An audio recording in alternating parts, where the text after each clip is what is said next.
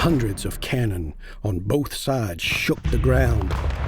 It was our guns hitting a concentrated spot in their center, near a woodlot on the ridge, and their guns struck back quickly. We knew it would only last a certain while, and then we would be going in.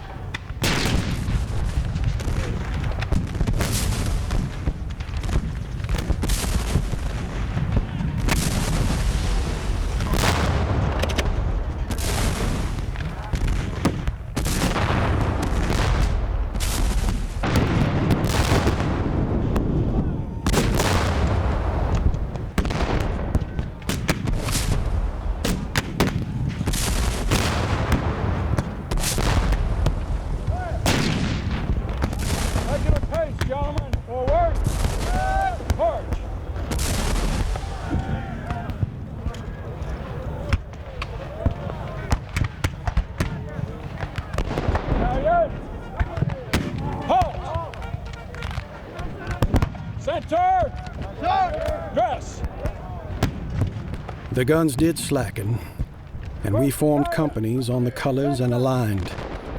It was then near the 2 o'clock. Heath's division, he being wounded, was commanded by Pettigrew, and effectives formed on the brow of a hill, and we witnessed some of Pickett's men forming to our right. We had support to our rear, a small portion of Pender's division, altogether maybe 10 or 12,000 men.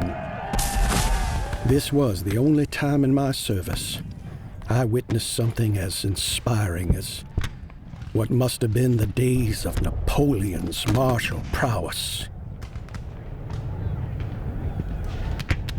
There was a strange hush, as many seemed awed by the grandeur.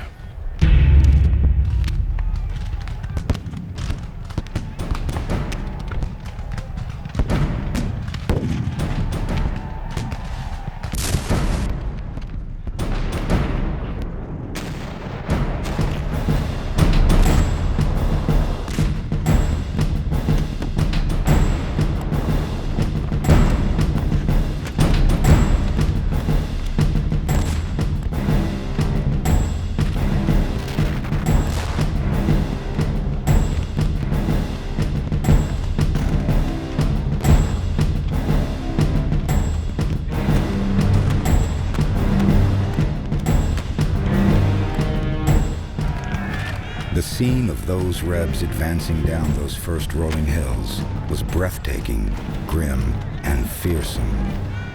Bayonet tips glistened in the sun. The heat increased. Men pulled from their canteens and artillery went to work. Many color bearers of our regiments themselves watched and admired the Johnny Reb flag bearers who bravely held their banners, but would soon be cut to shreds.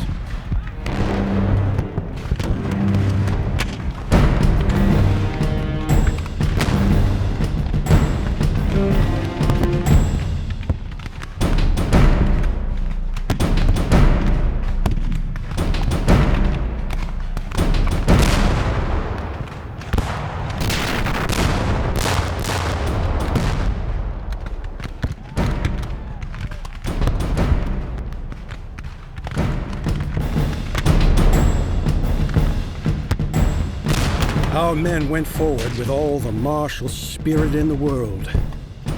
That lasted for about 5 minutes until the Federal artillery gained our time and hit us. Men hunched, collectively picked up the pace and rolled forward like veterans. At the right shoulder, arms. Men fell from spherical case, bursting almost on top of our weathered hats, speckled by their brothers' blood.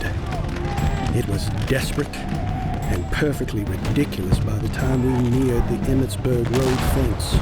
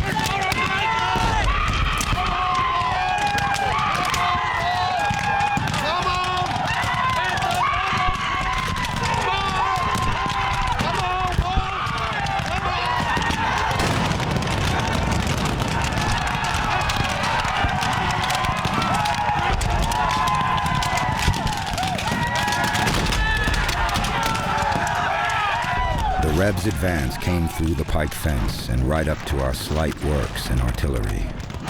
Our guns would fire double canister into them. Often a lingering pink mist would hang in the air.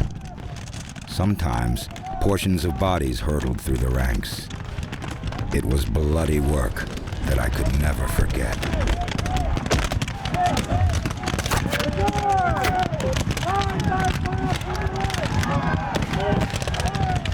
Pickett's division, the brigades of Kemper and Garnett, were cut to ribbons.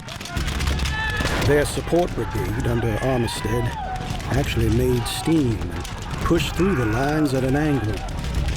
Mississippians on our left were decimated by flanking fire by some Ohio troops, and so raced ahead to a white barn.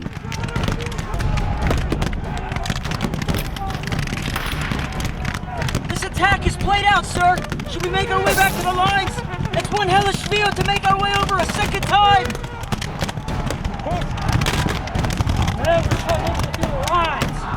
Sir?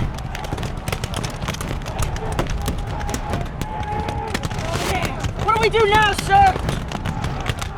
Yay! Yay! We want to, but yours won't let us! Wait on your arms! Wait on your arms!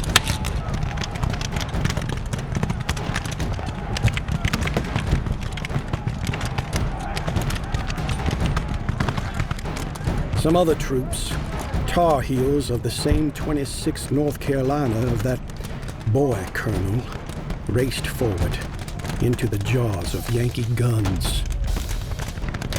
I was game with my leg, and when encouraging my men across the pike, was struck by a canister round that fractured my hip.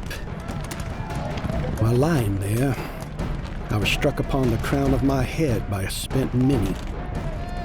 I managed to pull two bodies over me for protection. Remembering the sad story of the Berkeley brothers, it made me think of some ghastly realities. Whole families of men ceased to exist that day.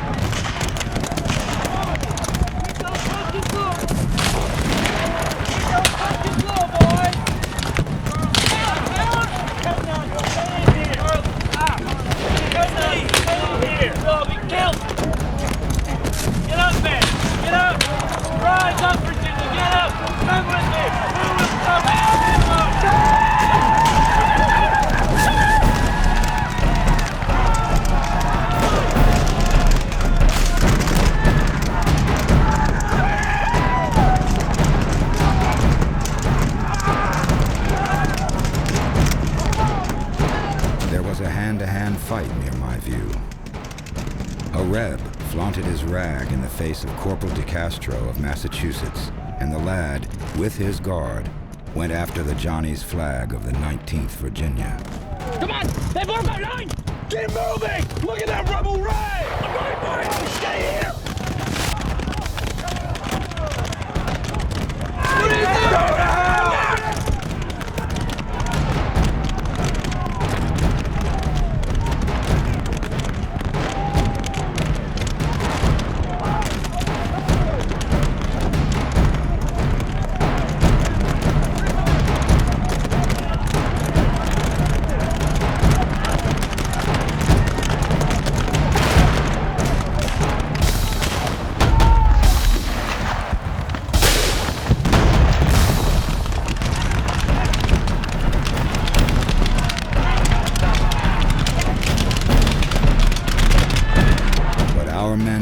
In our deadly little lead pills, sometimes having 2 or 3 muskets per man, and yet they still came on. Nearby, portions of graybacks broke through, but found troops ready to pounce upon them.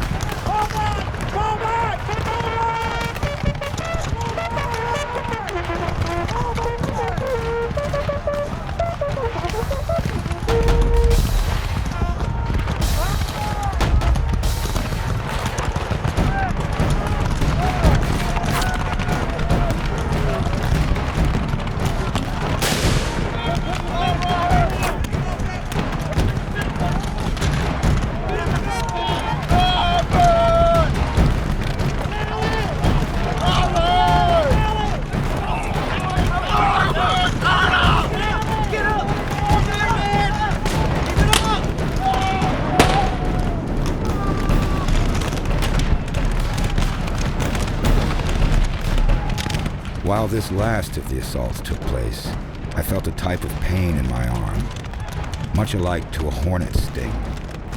and I realized I'd been shot. And I think it came from our rear by one of our own men's overshot.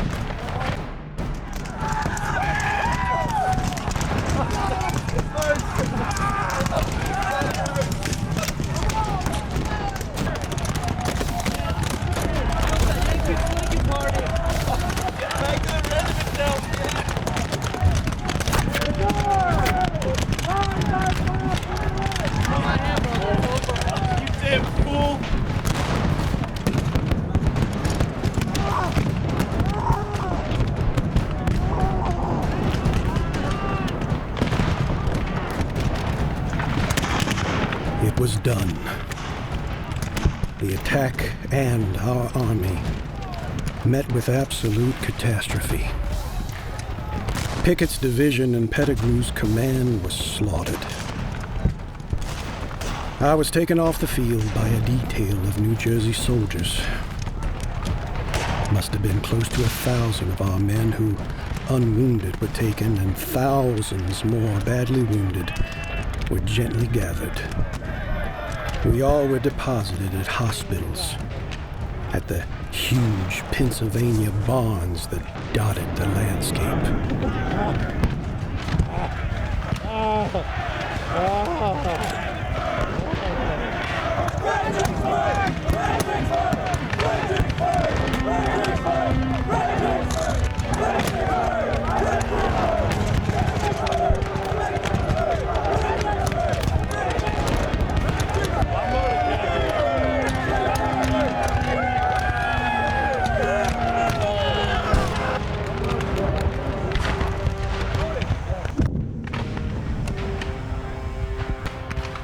The field was a twisted mass of men and melees.